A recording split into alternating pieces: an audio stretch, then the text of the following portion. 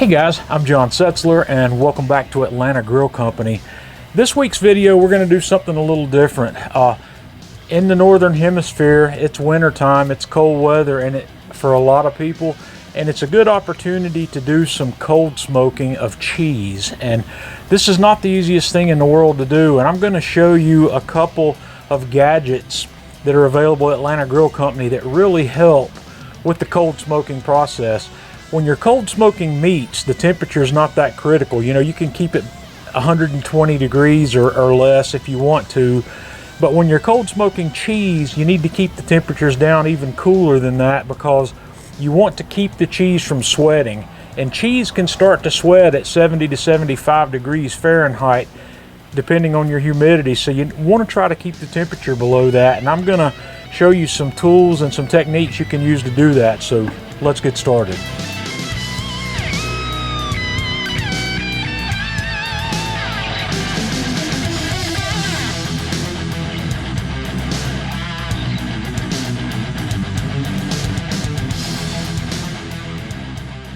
These are two of the tools I like to use for cold smoking. These are made by a company called Amazing Products, and these are available through Atlanta Grill Company. And what you have here in this tool, you have a stainless steel maze, and what you do with this guy is you load it up with pellets, and you use the same pellet fuel that you use to fuel your pellet grills, and it looks like this when it's loaded up. And on each end there's a little hole, and I like to use my butane torch or my MAP torch or whatever to light this up. And when you light this up and let it burn for a few minutes to get the fire going, then you just blow it out and it'll smolder, and it will slowly smolder all the way around this maze and produce smoke for a really long time. We have another similar tool here. This is a 12-inch long tube. They've got this in several new configurations since I got mine, but this guy will burn, if I remember correctly, I get about 4 hours of burn time out of this. I get a lot more burn time out of this, but this burns more slowly and it produces less heat. This guy right here produces more heat than this one does. So typically when I'm smoking cheese, I like to use this maze. And the container that you decide to use for your cold smoking chamber matters. I know most of the people who are watching this video are probably Kamado grill owners, and you can do this in a Kamado, but unfortunately a Kamado is one of the worst tools you can use for this because they are so efficient at holding in the heat. If your weather's cold enough, you can do it in a Kamado, and just for the sake of doing that, I am going to do our demo this week with this in the Kamado grill, and I'm going to show you how to set up the Kamado grill, and we're going to actually smoke some cheese. So let's get it set up. The first thing I need to do here to get this smoking process started is light my pellet maze. So I'm going to use my MAP torch here to get this started, and I'm going to put my flame right here, and we're going to keep it there until I get a visible flame going. And I'm going to let that visible flame burn for a few minutes and make sure it stays lit for a few minutes. And if it goes out, I'm going to put the torch back to it, because it is critical that we get that lit very well here. After this guy's been burning with a visible flame for a couple of minutes, and I'm confident that it's going to stay lit and smoldering, I'm just going to blow out the flame. And then we're going to set it in the bottom of the grill. So I'm going to grab this guy from the cool side. You have to be careful right there because that's really hot. And I'm going to set it down in the bottom of the fire basket of my Kamado Joe Classic. And you also want to make sure you do not have any charcoal in the grill here, because it potentially can get lit during this process. So I'm going to put both of my heat deflectors down in the low position. If you're using a slow roller, you can put the slow roller in play here as well, but I don't have the slow roller set up in this grill at the moment, so I'm going to set the heat deflector in and then set both halves of my grill grate in position there. And I kind of like to have my grill grates fairly clean for this, so I'm just going to take my rag and kind of wipe those off, and then we're going to load the cheese up. So now I've got about 13 pounds of cheese loaded up on my grill. I'm going to have my bottom vent fully open. I'm going to have my top vent fully open. And just for the purpose of helping keep it cool in this grill, I'm only going to have my top dome closed. I'm going to leave it open about that much. I'm going to leave a nice crack in there. It doesn't matter that this doesn't seal up completely, but this will help keep it cool inside the Classic, cool enough to smoke this cheese. I'm also going to set up my Fireboard Pro with one thermometer inside the grill and another one on the outside of the grill, so we can kind of see what the temperature is inside this grill compared to the outside ambient temperature. It's 44 degrees outside right now, and it's going to get down into the lower 30s this evening. And I've got enough chips here, or enough pellets here, for this thing to run for a long time, and the temperatures are going to be cool tonight. So I'm just going to let this go overnight until I'm ready to go with it. Tomorrow I'll come back out here in the morning and we'll look at the results.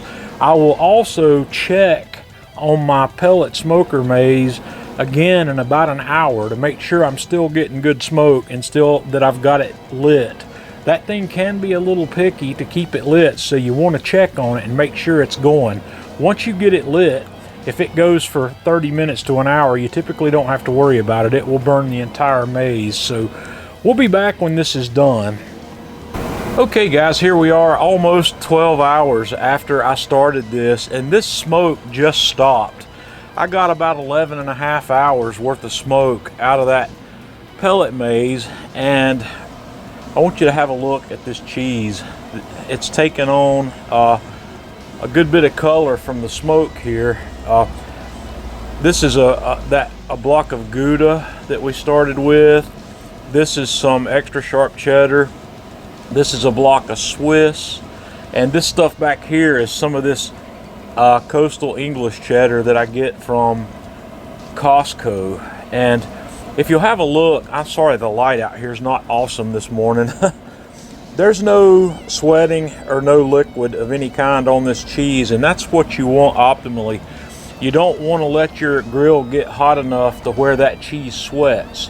It does not produce good smoked cheese when that happens. It's really important to keep the grill as cool as possible. I'm going to pop up an image here on the screen that I got from my Fireboard to show you the temperature range. This thing never got up over about 58 degrees inside the grill overnight, and it was cooler than that most of the night.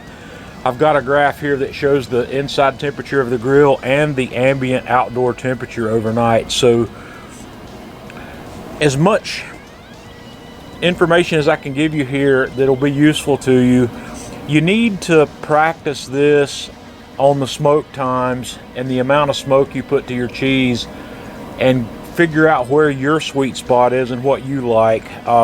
You may like less smoke, you may like more, but you need to try it a bunch of different ways to see what works best for you. Now, this cheese is not ready to eat. This cheese needs to age with that smoke on it for a little while. If you ate some of this right now, I promise you, you will not like it. So what I'm going to do is we're going to take this off the grill and we're going to package it. What I like to do here is vacuum seal mine. I put mine in chamber sealer bags. If you've got a food saver, that's another great option. If you don't have a vacuum sealer, what you want to do is wrap the cheese blocks up as tightly as you can in something like saran wrap, and then put it in a Ziploc bag to keep it while you're aging it. You can put it in a regular Ziploc bag. It just doesn't seem to hold up as long unless you can get most of the air out of that.